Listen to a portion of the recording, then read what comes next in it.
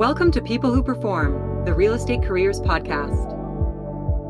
Each episode will bring you conversations from business leaders and up-and-coming stars in the commercial real estate industry in Canada. Our guests will share their unique career journeys, passions, and advice on what it takes to be successful in this industry. This podcast is brought to you by Highview Partners, connecting people who perform in Canadian real estate. Welcome to today's episode, where we explore leadership, innovation, and the future of Canada's residential property management industry. Our guest today is Todd Spencer, a seasoned leader who transitioned from a successful career in television to driving meaningful change in rental housing. We'll discuss the challenges of affordability, regulation, and supply, as well as the growing demand for exceptional customer service and technology. Todd will be sharing his insights and knowledge and will offer practical advice for building careers in this often overlooked industry. So whether you're an operator, an investor, or an industry professional, this conversation will be packed with timely perspectives and forward-looking ideas.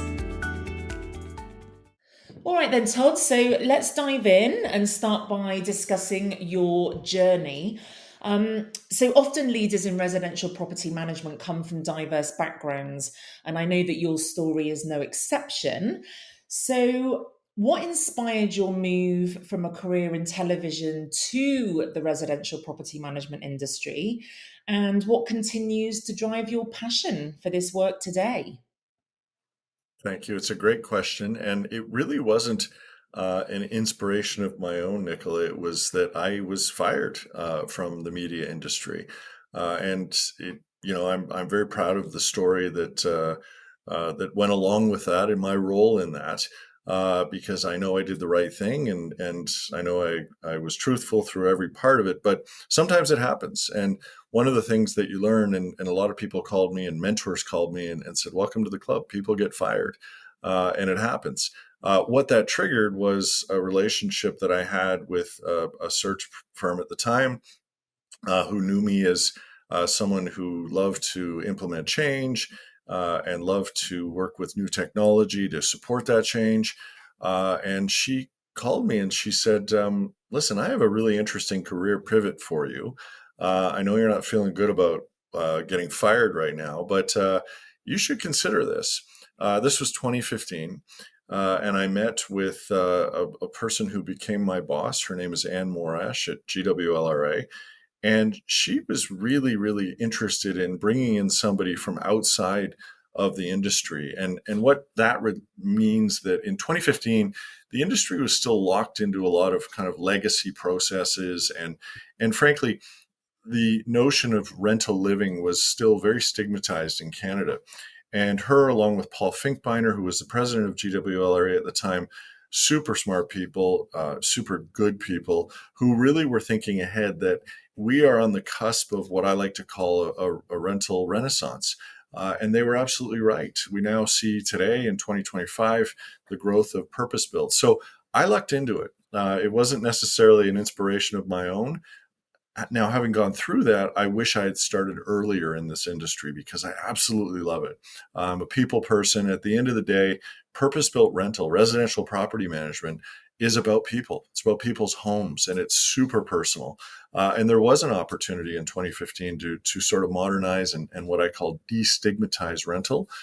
So that was really what got me into it. And what continues to drive my passion is the people. I just love the business, the growth, the opportunity, being able to provide homes for Canadians and being a part of that now with Park Property is really, really exciting for me every day, frankly. That's amazing. And I know from previous conversations that you and I have had that GWL hired you really as an industry newcomer with the hopes of, you offering a fresh perspective that could be a catalyst for change. And, hopefully you'd be able to spot issues that maybe long timers may have overlooked. So when you first entered the industry, what stood out to you as needing immediate improvement or modernization?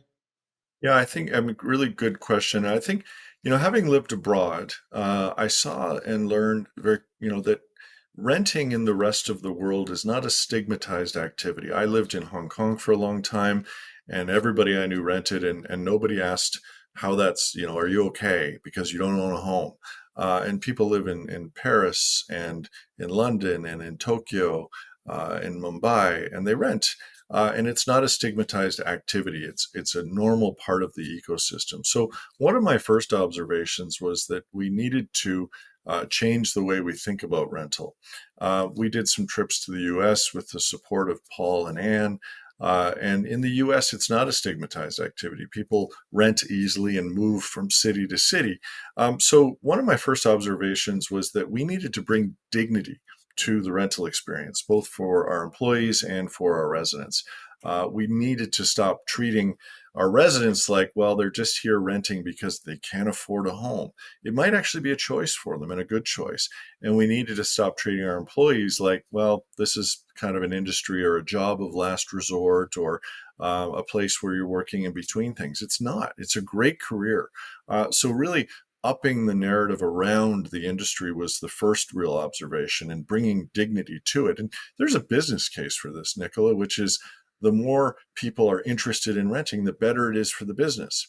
So there was that piece. And then the other piece was the technology part. And when I joined GWLRA, 80% of our residents, 11,500 units across the country, 80% were paying their monthly rent with a check. And 2015, we were all pretty used to online banking at the time. Even obviously, we are in 2025. So it wasn't a crazy concept to say, why can't we allow people to pay their rent with their mobile device? And that extended to, why can't they do a maintenance request with their mobile device? So that was the second big observation, and they're connected. Because if we can enable the tech and people to use their mobile device to pay their rent or make a maintenance request, do the leasing work, that actually adds dignity to the experience as a renter, because they don't feel like it's this old-fashioned paper-laden process. And it enables dignity for the employee as well, because they can do their work better. That then led to the last piece, which connected it all, which is customer service.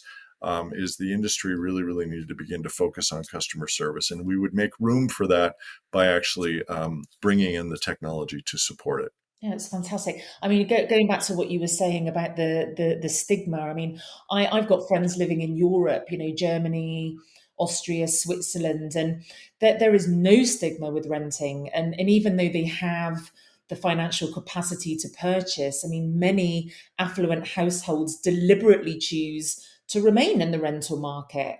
Like flexibility, location specific living. I know what you mean when you sort of talk about, well, why are you renting? Why are you doing that? Why aren't you buying?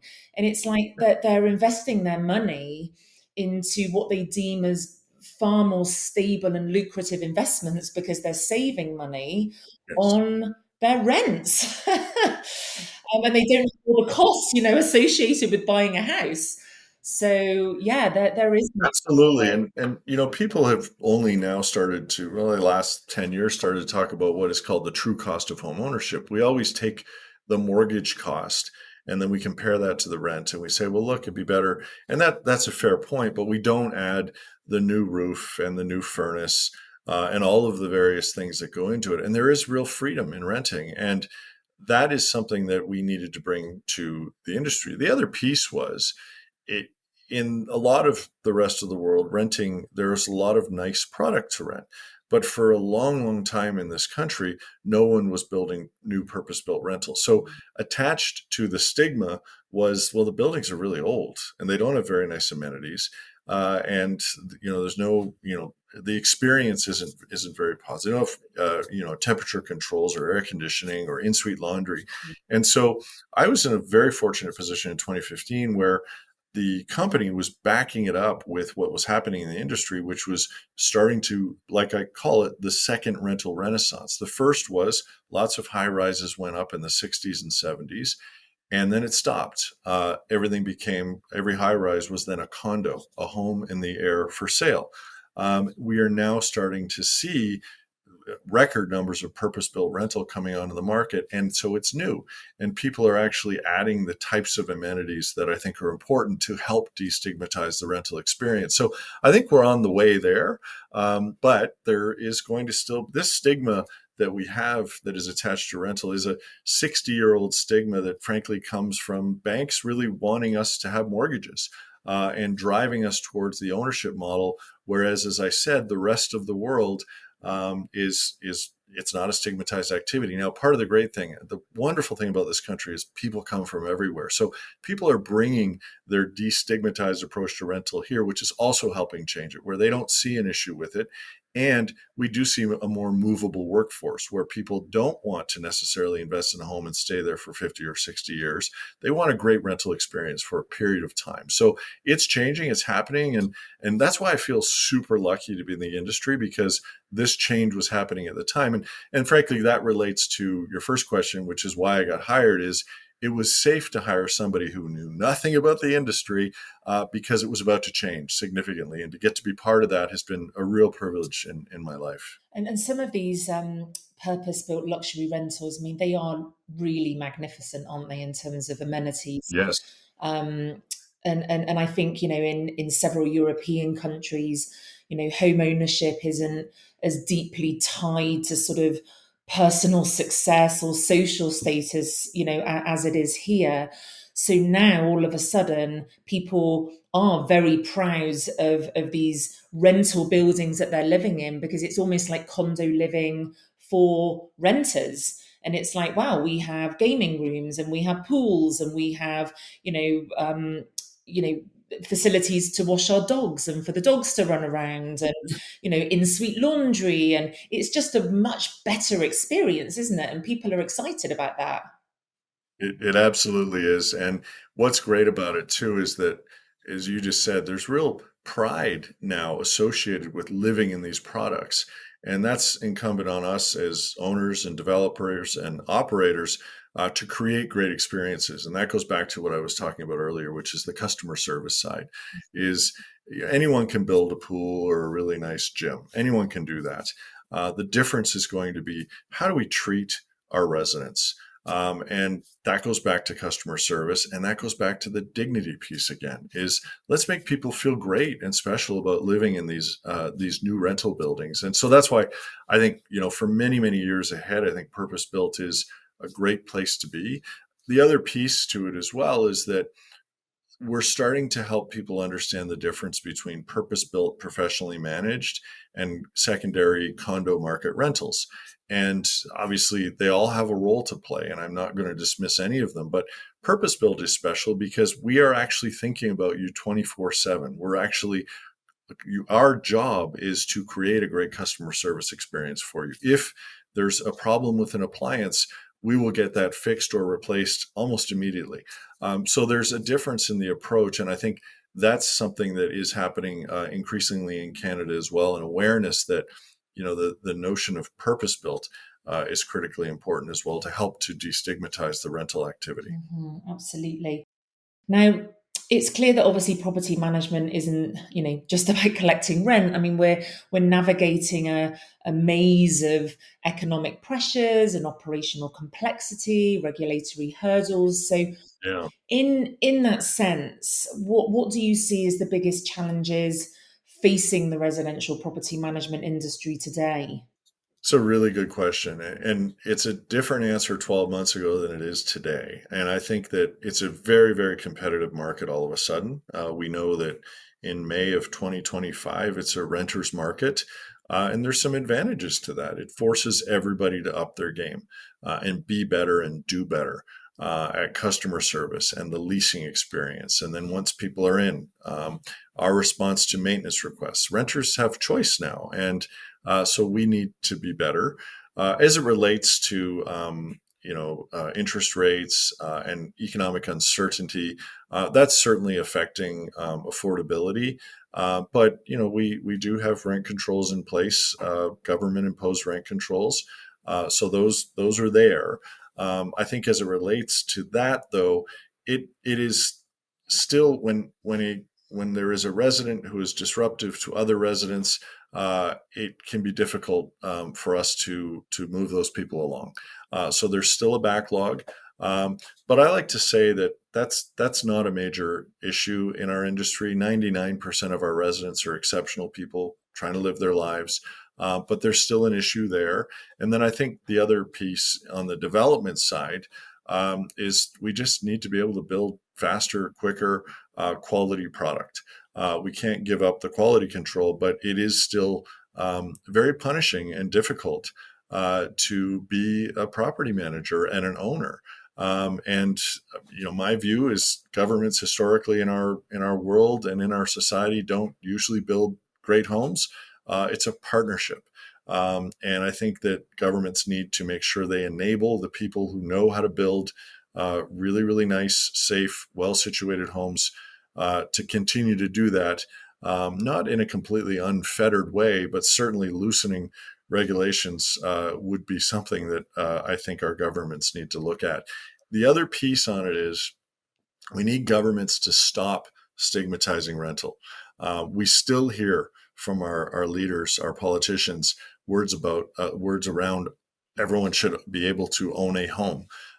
That is introducing a concept to younger people that maybe they don't want to. So why are we actually doing that? So we should talk about rent affordability and owning a home, and increasing purpose-built rental, because there's a generation that actually may choose not to want to own a home because they don't want to buy a new furnace or have a roof. They want to be able to put the key in the door and walk away for several months. And that is something we need to hear from our elected officials as well, is to help destigmatize rental as well, so we can continue to add more supply. And understood, and completely agree. Now, regulatory pressure, continues to mount. So whether it's rent control, eviction moratoriums, or zoning restrictions, and each policy has its own sort of ripple effects. So, in your opinion, how are these regulations reshaping the strategies of owner and operators in today's market? Yeah, it is, and it's I'm always reluctant for this to sound like a threat, but there's this notion from some parts of the spectrum, the political spectrum, that companies that are like our own, that are involved in owning and operating and developing, just have endless supplies of money, and that's simply not true. And the margins are very tight, and it is a business. It's a business for the person who chooses to rent out their basement apartment. They've done that. It's an economic decision to try to earn a little bit more money and to help pay the mortgage on the house, perhaps. And it's a business for people who own 8-unit walk-up and people who own 800, 8,000, or 30,000 units. It is a business, and there is not an endless supply of money the larger you get. The longer it takes someone to pay their rent and the more work we have to put into it, it drives up costs for our residents, and that's not fair. So we don't need more regulation in the business. We need, at the end of the day, there is a shortage of supply. This is a supply and demand issue.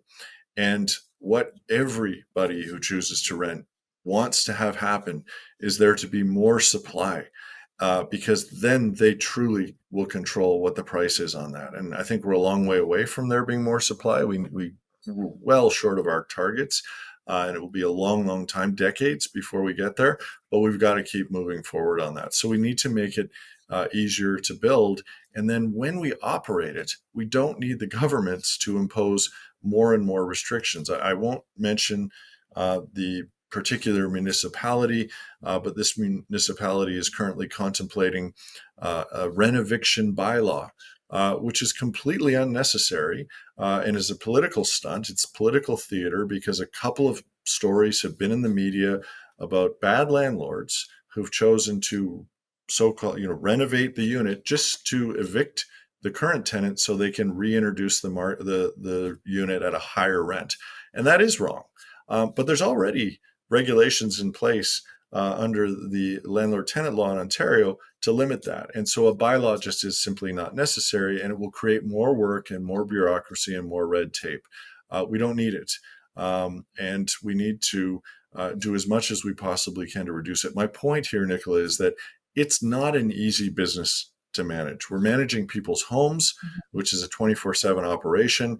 You never see stories about the great people who work in this business, the people that I get to work with who are on the front lines, who are trying to create the best possible experience. And instead, we hear about the stories of the bad landlords, and they do account for a small percentage of the industry, but they tend to get elevated and they tend to become political. And then we end up with rules and laws and bylaws that are created around some very, very small occasional instances that happen in the industry. And we have players, organizations that are anti-landlords, and that isn't fair either, because there are a lot of great companies out there trying to do right. And I can tell you that at Park Property Management, it's one of the things I love here is we are always trying to do the right thing. We're very proud of the fact that we provide homes for Canadians. That is the beginning and the end of it for us. And we try to do exceptionally well by the people who choose to live with us. Yeah, and I also think as well, I mean, we often hear that supply is the root of Canada's housing crisis, and but developers they do face massive roadblocks, right? So when you have a company that has the very best of intention, years are being added to these development projects, because of zoning restrictions and long approval timelines, and it's very difficult, isn't it? It's difficult for everyone. Well, we could speed up the process. Like I know we have developments here that are probably could have been reduced by a couple of years. I know it when I worked at Great West Life Realty Advisors, it took far too long to get. And what we're trying to do is introduce new housing stock and help with that supply and demand issue. But elected officials need to be elected every 3-4 years, and sometimes it's easier to hook onto these sensational stories and play them up when we aren't getting to the real truth. Yes, there are bad actors for sure, but the large majority of my counterparts in the GTAA or FERPO really are proud of what they do, and they do try to do right by the residents and the employees who work in the industry. So what changes would you personally like to see from policymakers that would unlock more development? Yeah, I think we one of the things that worries me is the pandemic has led to our downtown cores. I can certainly speak to Toronto, really being on the precipice of whether or not they're going to continue to be relevant places to live. There are development opportunities in off of great public transportation that we need to speed up. And so the concerns about NIMBYism are things that I think our politicians truly need to confront. And so we have in Toronto, for example, a subway line that runs along the Danforth that largely services single family homes. There aren't many international cities in the world that have subway lines that largely service single family homes. The Danforth and the associated areas around it should become places where we start to see purpose-built rental. We should start building up because we already have the subway line and great transportation there. So I really think we need to stop talking about expanding outward as much as we do. That's fine to continue to build homes, but we really need to focus on city building. We have these great infrastructures in place. And what worries me about that is there are businesses that are in those city cores that depend on people living and working in them. So the ripple effect, none of the businesses in the Path, for example, in downtown Toronto, presented their business case to the bank and got their loan based on 3 days a week. They're based on 6 or 7 days a week of foot traffic. We need to get people living in our cores again, because that's where we already have great development. I love what we're doing in Toronto. I think we're 10 years behind on the transportation infrastructure that's finally being built. But we have to accompany that with, okay, let's start building homes in those places. People are happy to live next to and nearby amenities. And there's I know when I lived in Hong Kong, I loved that I could walk out of my door and walk to restaurants all over the place. And I think people will love that as well once we get that right. So I think not being as responsive to the not in my backyard voices and enabling the development up that I really think we need in cities across the country. Yeah, and absolutely, especially since COVID, just supporting local businesses. Like so many Yes. businesses are closing, and it's sad. It's really, really sad.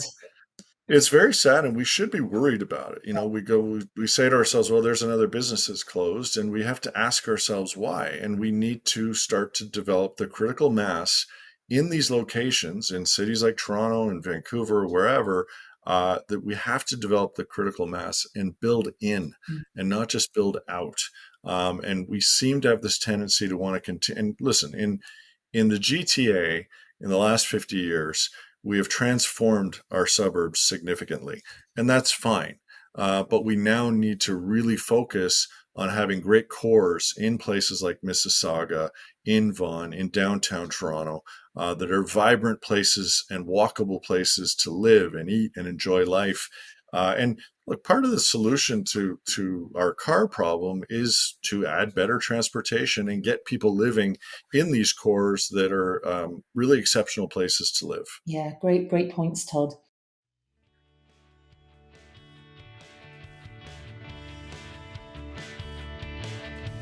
Are you looking for a specialized recruiting partner to connect you with the people who perform in commercial real estate? At Highview, we partner with some of Canada's leading real estate companies. From national landlords, institutional investors, REITs and service providers, to local developers, third parties, and private family businesses. We are passionate about the Canadian real estate industry and enjoy discussing what's happening in the market. We also provide insight and advice on hiring trends, compensation benchmarking, career roadmaps, networking opportunities, and much more. Visit us at highviewpartners.ca or contact us directly to discover how we can connect you to people who perform. So let's switch gears and talk about some of the opportunities for industry transformation, because obviously, despite the challenges that we've been talking about, our industry is evolving and there are real opportunities to redefine this rental experience. So what are some of the most promising innovations or approaches that you see that could improve outcomes for both residents and property owners? Very good question. And I think part of it lies in what I alluded to earlier, which is the customer service piece. We all live in a world where we demand exceptional customer service. We also live in a world where we can go on our mobile device and have an experience with an Amazon or any online vendor that is pretty smooth and pretty seamless. So we live in an app-based world. Yet we walk into a lot of rental buildings and we have to fill out a piece of paper for a maintenance request. We have to fill out a piece of paper for a lease. We ask for a check as a deposit or a money order. And people who are coming from India or China, they don't have a check or a money order. They're very used to, and they've grown up paying online. We have a generation coming into our rental properties today that have no idea what a check is. So we need to collectively, as an industry, be better at that and really work towards modernizing the experience. Now, how that relates to the financial performance is significant because now at our organization, I think we're very right-sized with the people that we have, but we're asking too much of them. In order for us to ask them to be better at customer service, we have to enable the time to do that. If we think about a check or a piece of paper as a maintenance request and the life and the time that goes into that versus a resident actually just in the middle of the night remembering that their faucet is leaking and sending us a photo electronically and a maintenance request electronically, that speeds up everybody's experience.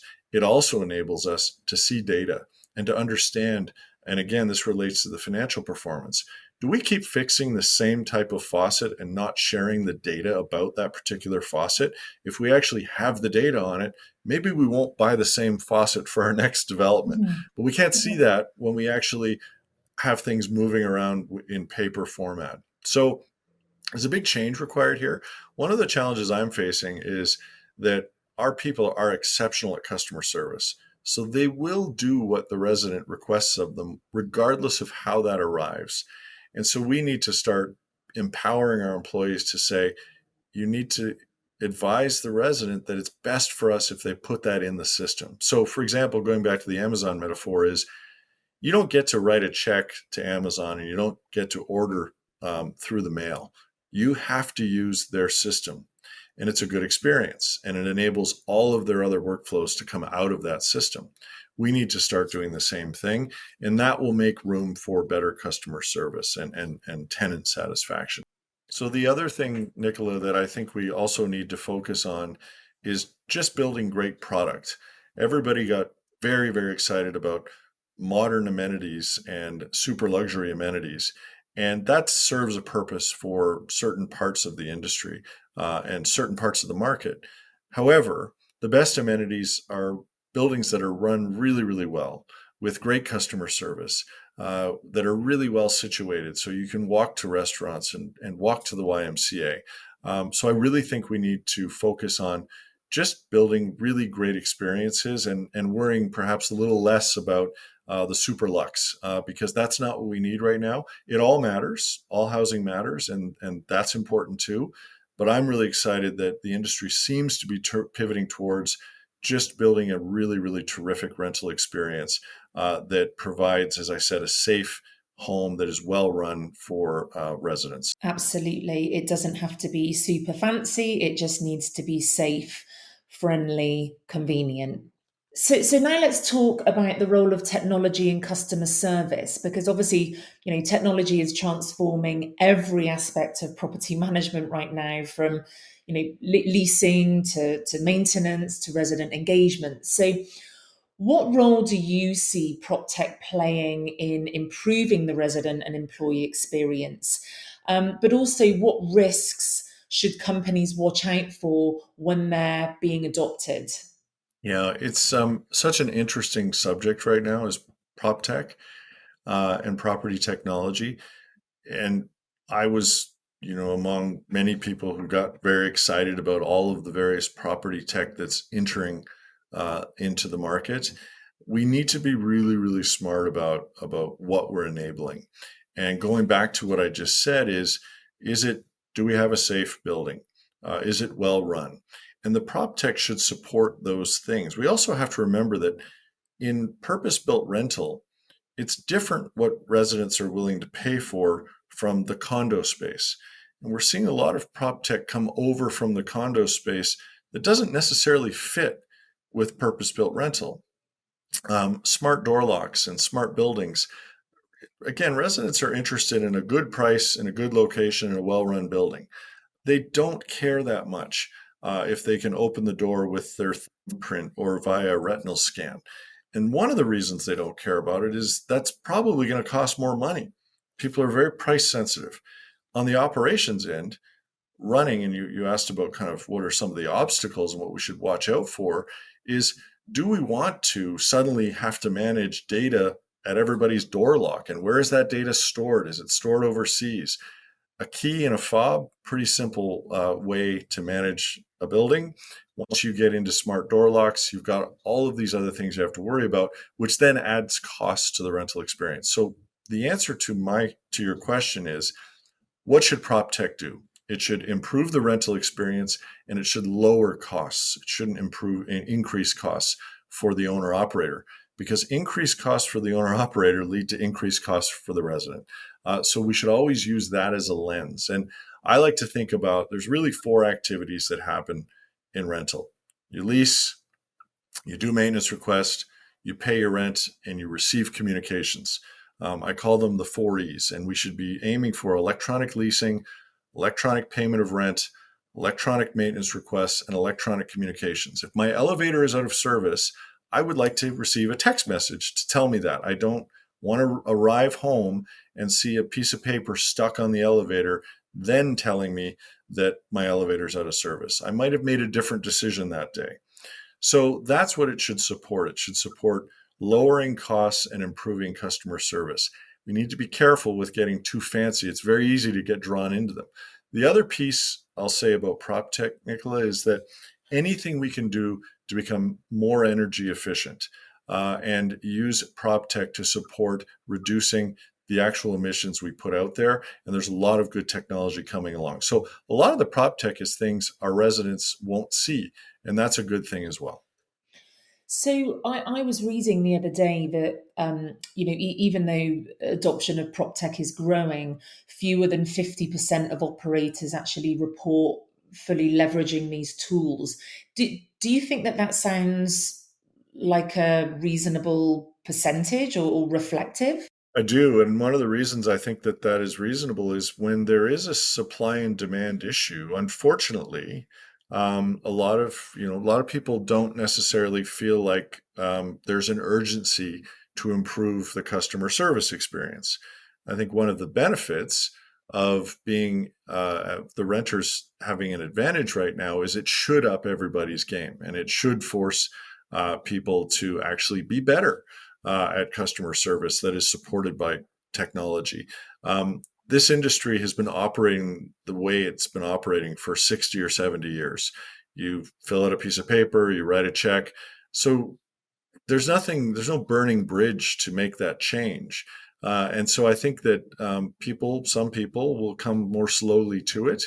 But I do think that, a rising tide floats all boats. We all need to be better at embracing smart technology. Now, part of the issue too is simply change management. It's very hard to change how an organization runs, but it's also hard to change how the customers and our residents respond. A lot of people just aren't comfortable making that change, but that number decreases. There's something like 99.5% of Canadians have at least one mobile device. So we're not talking about flying cars anymore. We've been living on our mobile devices for a long time now. There's no reason why we shouldn't be introducing that to our customers as well. It will reduce costs for our operators, and it will create a better experience for our residents, which from a business end of things allows us to charge premium rents, we should be aiming to create the best customer experience to enable positive returns for the business. Yeah, I was also reading the other day. I do read a lot. That over 75% of renters who are under 40 actually expect digital self-service options, which is obviously quite high, and I would expect that statistic. But I suppose it's also, what about the older generation? How easily will they be able to adopt these technologies that owner operators are introducing? And I think that that is something that I've seen for 10 years as we go back to as an excuse not to make the change. And my view on that is twofold. One is that we can still make the change for 99% of our residents. If there's a resident with an accessibility issue and needs to fill out a piece of paper, that's fine. We'll build a workflow for that. Let's build a smarter workflow that is more effective for all of us for the 99%. The other piece I would say is sometimes people will say, well, there's some seniors in our building and they don't adopt to the technology. Well, I'm not sure that's entirely true either. My dad is 91 years old today, and he is on his phone as much as I am, and texting me and engaging in various apps. So I do believe, and he does his banking online as well. So I don't believe that it's fair to our senior population to assume that they're not able to do this, because they are, and they depend on mobile devices for a lot of lifestyle elements as well. So I think we can do it. I think there's lots of obstacles and excuses to limiting this, but I do think, to your point, that data is really interesting, because more and more of those people are going to become our renters, and we need to be in a position to provide a great customer service. And in a competitive environment, if two rents are the same and one company presents with, you can, when you leave today on the tour and you're on the TTC, you can fill out the lease application, versus here's a piece of paper, go home, send it, scan it, whatever. That's not a good experience. We want to be quick and fast and provide great customer service through those technologies. And maybe, we talk about customer service, but maybe there could be classes, to actually teach older people, because not everyone has kids Yeah. that can sort of keep them up to date, or an interest in sort of in elevating their tech skills.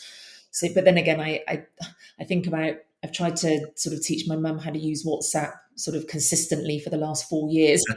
As a Yeah. patient these property managers or tenant sort of services people are actually going to be.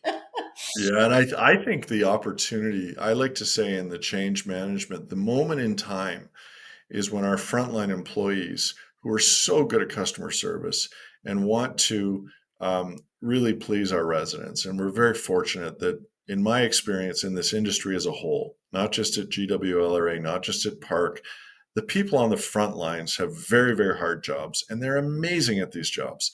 When a resident comes to them and says, "Could you fix my light bulb?" they tend to say yes.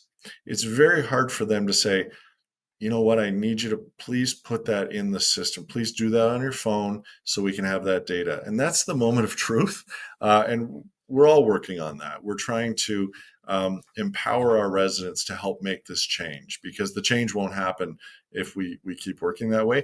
And I do think it's possible. And if someone says, "Well, I don't know how to do that," the real moment of truth is, let me show you how to do that so that next time you can. And that's what we're all working through, is that type of change management. Yeah, for sure.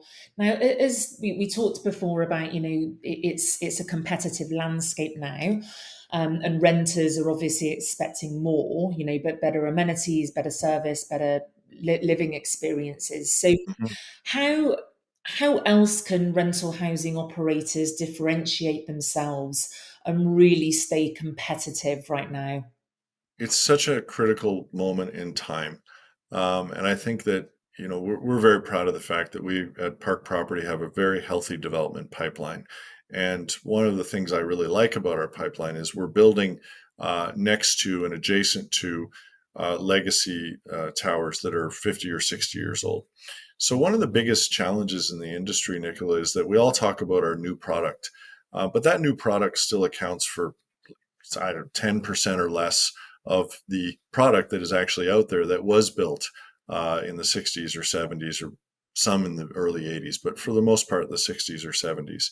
So, one of our challenges is, how do we make those legacy buildings, bring them up to a higher standard? And so, we're all doing that. And I think that because most people are going to end up in those older buildings. And so, very exciting to share that all of us are working on how do we improve that stock. And that goes back to, how can governments help? All of the owner operators need help with this. We need help to reduce the emissions from those buildings, because then when they were built, we weren't thinking about those things. And we need help to modernize those buildings so they can withstand another 50 or 60 years, because that is the in-place stock right now that we need to improve. And then what comes along with that is, when you go to that building to rent, you see it and it's old and it looks old, and that leads to that, "Oh, I'm in rental, I wish I could own, and I want to buy a condo." And we need to make those buildings fantastic, and it's possible, because around the world, going back to that piece, a lot of the rental supply is older, but there's some charm associated with it. And I think we can do the same with a lot of our legacy properties as well, if we invest in them and brighten them up. And we're doing a lot of that here at Park. And I know a lot of my counterparts in the industry are working on that, because, again, as I said, that's 90% of the rental stock. So we need to do better on that. And that relates again back to being great at providing an amazing customer experience. And that's the biggest piece that I think all of us need to take on going forward is, we'll all do well on the business side if we create incredible experiences for our residents. Yeah, and from a recruitment perspective, I mean, over the last few years, obviously we need to, dilute the candidate pool a little bit and introduce new industries and Yes. transferable skills. But a lot of owner operators are sort of hiring people from hospitality and the hotels, and they're obviously, a lot of these individuals are professionally trained in delivering exceptional customer service, and it's worked really, really well. And that will help elevate the customer service side too. I love this subject, and you and I have chatted about this a little bit before, and it's such an interesting part of the equation here. Is that for a long, long time, I don't think that the people who did this work got the respect they deserved. Very, very hard, challenging job. And I think that collectively, and I think that training and recruiting people from the hotel industry, I've had experience doing that. It works incredibly well. Hiring people who understand customer service is really, really important. It starts with the type of personality we hire, but then delivering and supporting them in training. And that goes back to things that are larger than our industry. Having colleges and universities that are actually looking at this as a really great respected career, and it is. And it's not that's it's not something that we would be unique in introducing in Canada. In the United States, I've been to several conferences in the U.S. and met senior leaders who started as leasing agents for a summer job and loved the industry, and then became property community managers and property managers and senior property managers, and now they're vice presidents or presidents of organizations. They've had long careers, and I think we're starting to see that here because we are bringing dignity to rental. And listen, it didn't exist 10 years ago. I think it is incumbent upon us as industry leaders to be relentless about destigmatizing rental, both for our residents, for our employees, so that we can hire great people, so that people can feel like they have really meaningful careers in this industry. And one of the things I'm pretty sure about is that we are always going to need to have a roof over our head. So I'm pretty sure that this industry is going to be around for a long time. There's also, for the next 40 years, we're short on supply. So if you're interested in the development side, if you're interested in the new leasing side, if you're interested in working in capital projects, because I said there's lots of capital required, there's so much great work in this industry, and it will be there for a long time. So I recommend to people that they look at it as a career choice. I just wish our post-secondary institutions will catch up to that. And we're always happy to help. We here at Park are working with a particular post-secondary college and being present for them around our maintenance employees to help introduce this as a great career choice, one that can last a long time. Absolutely. And, you've talked about dignity a few times and, pride in someone's chosen profession within our industry. And hopefully that will, attract these young professionals. Because I think historically, turnover has been quite high, 30 to 35% annually in some regions. So if we're going to tackle those workforce challenges, the reputation of the industry, and building more meaningful long-term career paths is absolutely essential. Otherwise, we're not going to have enough people, attracted to the industry to help sort of meet the growth. And listen, this is a people business. We give people homes, and people work to provide the services associated with those homes. So 75% or more of our efforts need to be on managing people. And unfortunately, sometimes some operators are more focused on the bottom line numbers. If we focus on, as you said, retention and decreasing turnover, that actually will affect the bottom line positively. It is better to have great career growth in an organization than to constantly be trying to recycle and find new people. It may not be as good for your business. I apologize, but it's great if people, and I love those employee success stories. There's nothing better than developing great succession plans and investing in people. And every company has to look inwards and say, how are we supporting our employees? And I'm really lucky that at Park, we focus a lot on our employees, and we continue to do so. And I think everybody needs to do that to help grow.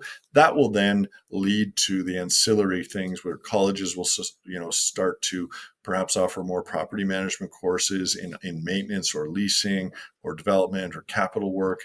My point is that we need to be better as managers at keeping a focus on our employees, because if we have a great employee base who's doing their jobs well, they will be great to our residents and our customers, and that will lead to better bottom lines for everybody. Yeah. And you say that it's not great for our industry, but honestly, Todd, I mean, there's always going to be opportunities to support Yes. companies to hire. But, finding people the right job with the right company and where they thrive in that environment and it turns out to be a long-term opportunity, that is just as important from a sort of professional reputation standpoint and more important to me than turnover. I would much prefer it that way than the other. Good to hear. So developing people, obviously, we've said, is absolutely key to any organization's long-term success. And I know that, you as a leader have a great, a stellar reputation for being very authentic, very genuine, very real, in supporting your staff. Now, what skills do you believe are most critical for success in this field? And how can companies invest more effectively in their people? Yeah, I think that one of the things we often forget about is what life is like on the front lines. And what I mean by that is when you think about, you know, we have 11,500 units here at Park, and that's roughly, I guess, about 25,000 human beings that live call in our buildings and choose to call them their home. Um, a lot happens at the front lines. So training and supporting people for those realities and not looking the other way. Sometimes we get a little focused on all of the administrative work that is required, which isn't going to go away. And there's a lot of bureaucracy in our industry when it comes to leasing and dealing with difficult situations, and we have to be very careful with that. So we need to hire people who are good at that. But we also need to hire and support people who are really good at solving problems. I always ask people for the long time when I joined the industry, I asked them, well, why did you join the business? And they always say, I love people and I love the fact that I don't know what's going to happen at work that day. So helping support people for all of the various things that come their way is really important. And that comes down to, being very clear on, standardization and what decisions are available to them and allowing them to be creative within a certain space that enables them to create a great customer experience. So, and they see and face really difficult challenges. And this is the piece the media never talks about is the kind of things that our frontline employees see in this industry can be very, very hard. Mm. They also see wonderful things. They see couples leave one day and return home with a new baby. They see couples move in for the first time together.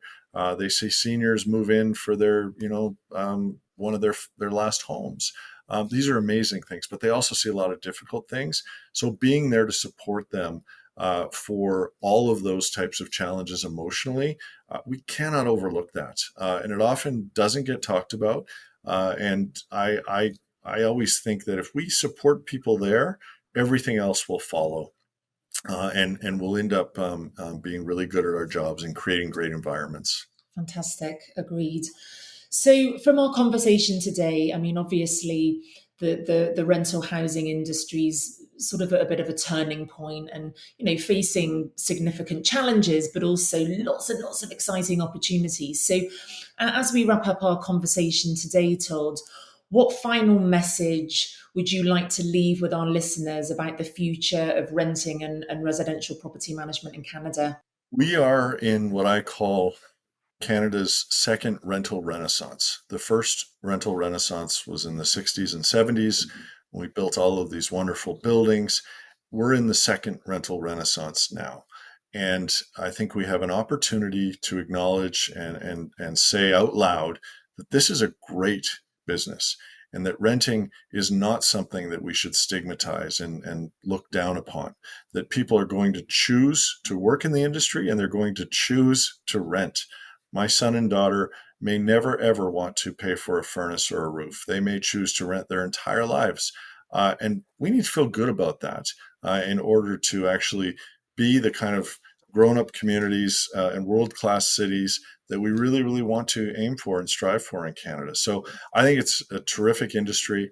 I love it. I wish I could have joined it sooner in my life, but feel super privileged to be in it. So I'm very optimistic on it. And I do think, as I mentioned earlier, Nicola, that this rental renaissance comes with real opportunity to build great cities and infrastructures. And these things are connected. So really the future of our city and our society, our cities and our societies in this country are at stake in this. If we do this right, the right transit will arrive, the right social services will arrive, the right retail and small businesses will arrive. So it's good for all of us. And we're lucky to be one small part of that is the part that provides homes for people to live in. I love your passion. Todd, I always enjoy our conversations. You are an absolute delight. I'm so happy to know you.